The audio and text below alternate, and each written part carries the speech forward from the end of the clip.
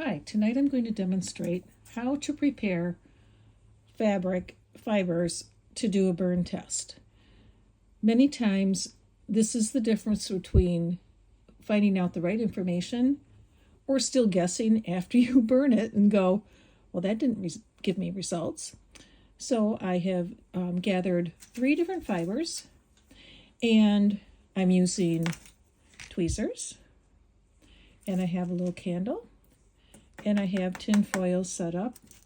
You can use pie plates, like foil pie plates or anything like that, but have something around the area. And if you are the type that want to be right on top of the samples that you're going to be burning, especially if you want to smell them, make sure that you have safety goggles on. And so I have selected 3 different types of fibers here. And this fabric is a woven. Woven fabrics are usually the easiest ones to work from. And when you look at them, if you have a different fiber going one way or a different yarn than the other way, and sometimes you'll see that, for instance, on men's shirtings, you'll see, and actually there'll be 2 different colors. Then you would want to pull off the fibers going in one direction and set those aside, and then the fibers going in the other direction, the yarns, and set those aside. And then you'll be doing the burn test on each one separately because sometimes they can be a different fiber content. There are many charts of the burn tests online. A simple search will find those for you. So the first fiber that I have here is the white one from the white fabric. I've pulled off several strands of the yarn, and then I twisted them together. And so the ends are right here, and I actually folded it in half right here, so there's a little fold. So it's actually folded in half, and this is how I'd like to create it. And at that point, I'm going to put them in my tweezers like this. And then as I come up to the flame, I want to watch how the fiber responds, or the yarn responds, when it gets close to the flame. Does it catch fire? Does it start melting? Does it curl away? Does it create a hard ball? Well, obviously, this one caught fire really quick. It burned. It smells like paper. There's black ashes that crumble. And so these would be observations that you want to pay attention to when you're looking at the chart. Okay. And I'll tell you what the 3 fibers that I've selected are. Now, this one is an extremely long one. I have folded it in half. I will do some twisting.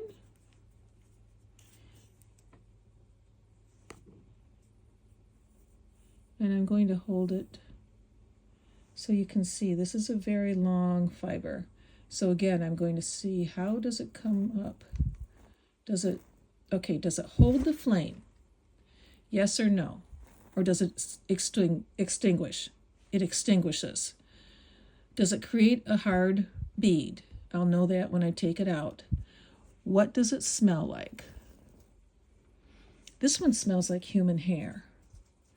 Okay, and again, these are ashes that just crumble. It was not a hard bead.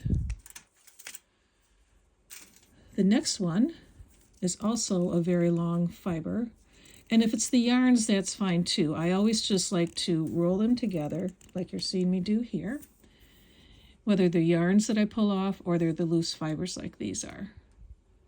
And this one you'll have to watch pretty fast. So first I'm going to say, okay, how does these fibers respond when I approach the flame?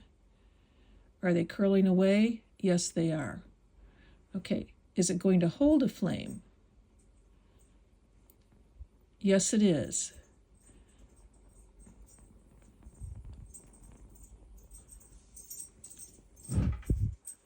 Okay, so at the end of the tweezers, I'm going to bring it up close so you can see this one in particular.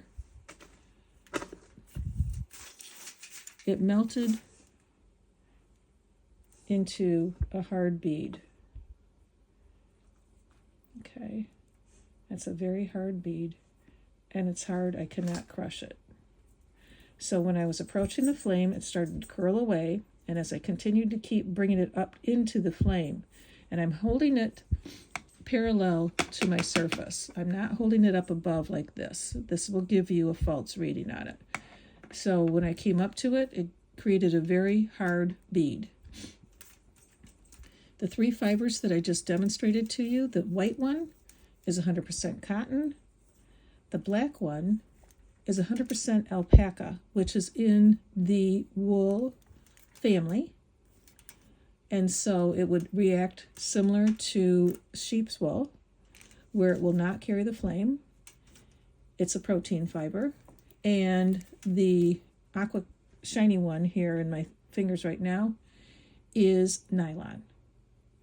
So this will give you an idea of how to test, and you want to smell it. You want to see how it reacts when it gets close to the flame. You want to see what it does when it gets in the flame. Does it carry the flame? Does it self-extinguish? Or does it just blow up and burn to a crisp right there? When it burns, what does it leave as its residue?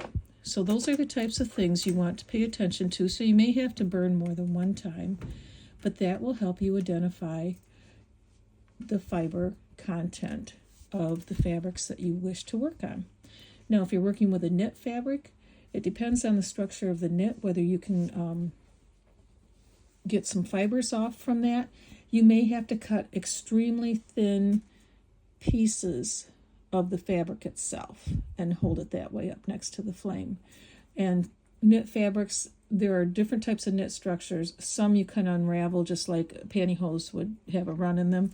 Other ones you can't. And so the little strip pieces works well for that. And this will help you identify. Now, a lot of questions that I used to get would be, but if it's a blend? And yes, that's true. If it's a blend, many times the fibers will be different colors twisted within the actual yarn itself that you can actually untwist one of the plies and try at that point. And the weft and the warp is the lengthwise, the weft is the widthwise. Many times if it's a blend, one will be one fiber content, the other one will be the other fiber content. And so it's not as easy to identify. Another factor to consider would be if there is a commercial treatment to that fiber, it may react differently and mask what the actual true fiber is. I hope that helps you. Thank you.